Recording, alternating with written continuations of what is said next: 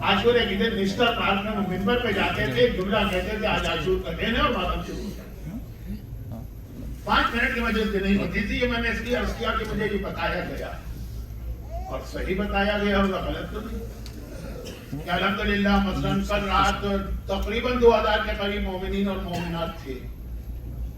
خالی میں اپنی مجلس کی بات نہیں کر رہا ہوں، انگلش کے بھی کراؤڈ کو ملا، پتہ نہیں کہاں سے لوگ آ رہے ہیں، کوئی 2 گھنٹے کوئی 3 گھنٹے کے ڈرائیو، تو اس لیے میں نے ابھی سے عرض کر دیا کہ جو عاشورہ ہے اس دن صرف غم کا بیان، تو گویا جو ٹاپک اور سبجیکٹ کے بات ہے وہ ایک طرح کی آج آخری تقریر ہے، مجمع کے اعتبار سے بھی ٹاپک کے اعتبار سے بھی، مگر یہ جملہ میں نے اس لیے کہا کہ آقا حسین کی زندگی کی بھی آج آخری رات ہے۔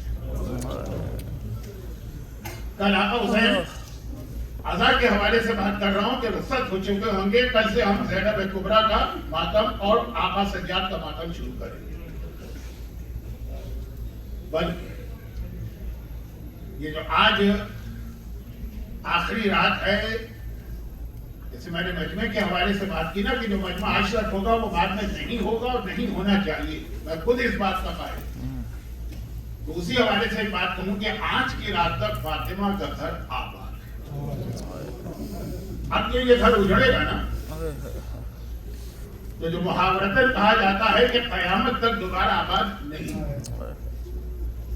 لیکن یہاں قیامت سے مراد ہے امام زمانہ کا ظہور جو قیامت صغریٰ ہے، کیونکہ پہلا حکم کل یہ ہے کہ عاشور کے دن فجر سے لے کے مغرب تک جب دو مومن ایک دوسرے سے ملے تو سلام کے بعد کہیں کہ اعظم اللہ اجورنا و اجورکم بمصابنا بالحسین علیہ السلام، اللہ ہمارے اور تمہارے اجر کو بڑھائے ہمیں حسین، وجعلناکم من الطالبین بصارع مع ولیہ الامام المہدی آل محمد علیہ السلام، اللہ ہمیں اور تمہیں حسین کے خون کا بدلہ لینے والا قرار دے، اس لشکر میں شامل ہو کر جو حسین کا وارث لے کر آئے گا۔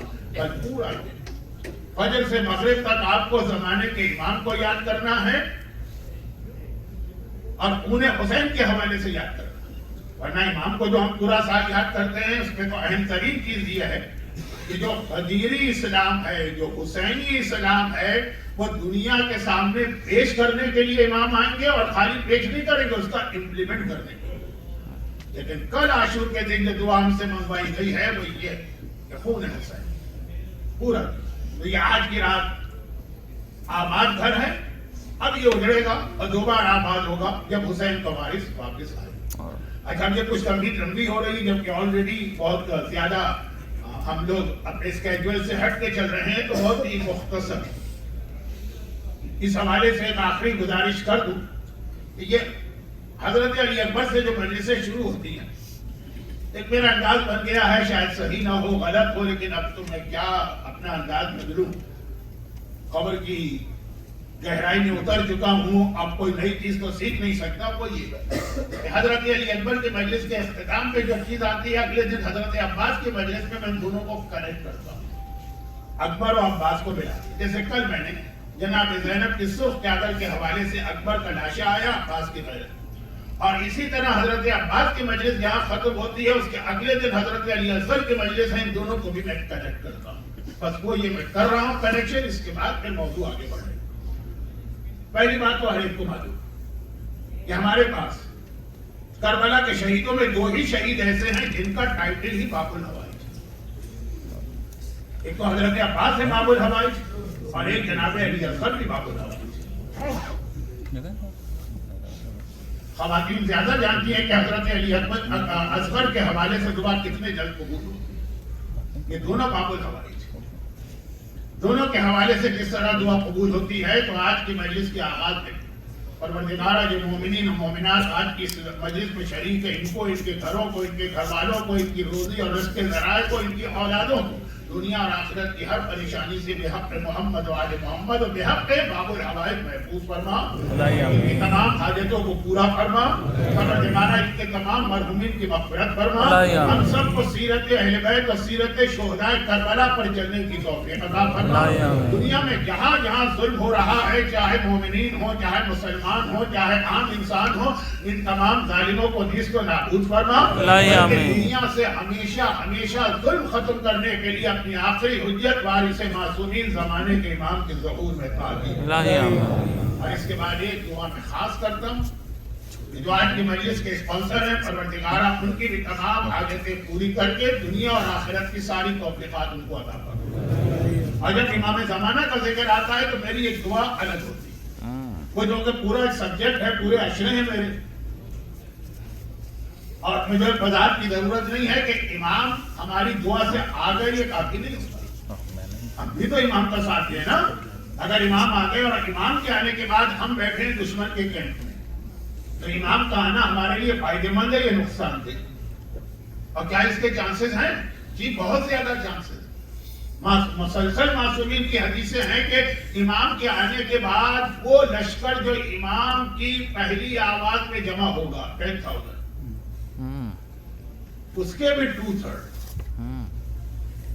within 1 week امام کے اتنا دشمن بنیں گے کہ امام کے خلاف تلوار نکالیں، جو امام کی آواز سن کے آ رہے ہیں۔ وہ وہی تو ہوں گے نا جو امام کو مانتے بھی ہوں گے، امام کے لیے تڑپ بھی رہے ہوں گے، امام کا انتظار بھی کر رہے ہیں۔ یہ آج کا موضوع نہیں، میں موضوع سے ہٹ رہا ہوں، یہ مجھے ڈر لگ رہا ہے، اس لیے میں صرف اتنی بات کر رہا ہوں کہ دعا کے حوالے۔ تو پھر یہ دعا بنتی ہے کہ اے خدا جب ظہور امام ہو تو ہم امام کی فوج میں بھی شامل ہوں۔ اب باقی ہے کہ کبھی زمانے کے امام کی تفصیلی بات ہو تو آپ سن لیجیے گا، لیکن ویسے میں تو ایک طالب علم، آج کل علماء اس موضوع پہ بہت زیادہ گفتگو کرتے ہیں۔ معصومین ہمیں یہ بھی بتایا کہ خالی امام کے لیے دعا، اس لیے میں کہہ رہا ہوں کہ کل پورا دن آپ کو یہ دعا مانگنا، ایک بار مانگ کے نہیں بیٹھ جانا کہ صبح آپ نے فجر کے بعد ایک مرتبہ کہا وجعلناکم من الطالبین بصالح امام علی اہل امام، نہیں پورا۔ اور اکیلے دعا نہیں مانگنا ہے، اس مومن سے ملو، اس کو بھی یاد دینا۔ بعض دعائیں جو ہے وہ دعا کم ہوتی ہے، ایک دوسرے کے لیے ریمائنڈر زیادہ ہوتا ہے، اس کو بھی یاد دینا۔ تو پورا دن ہے، اس لیے میں یہ عرض کر رہا ہوں کہ آ گئے امام تو ہمیں نہ صرف یہ کہ بتایا گیا کہ دیکھو یہ بھی خطرہ ہے کہ پتہ نہیں تم کس کہیں، اور خالی یہ نہیں کہا کہ یہ خطرہ، پھر ہمارے پاس معصومین نے دعائیں بتائیں الگ سے، اسپیشل دعائیں۔ یہ دعا کی کیٹیگری جیسے ہوتی ہے نا، رزق کی یہ دعائیں 4 5 10 15، بیماری شفا یابی کی یہ دعائیں ہیں 8 10 12۔ اب اما یجیب ابھی آپ نے سنا، وہاں سے لیجئے وہ ایک لائن کی دعا، دعائیں مشنون تک چلے جائیے، بلکہ دعائیں جوشن کبیر تک چلے جائیے، جو انڈیا پاکستان میں تو ایک زمانے میں اس کا پانی پلایا جاتا تھا۔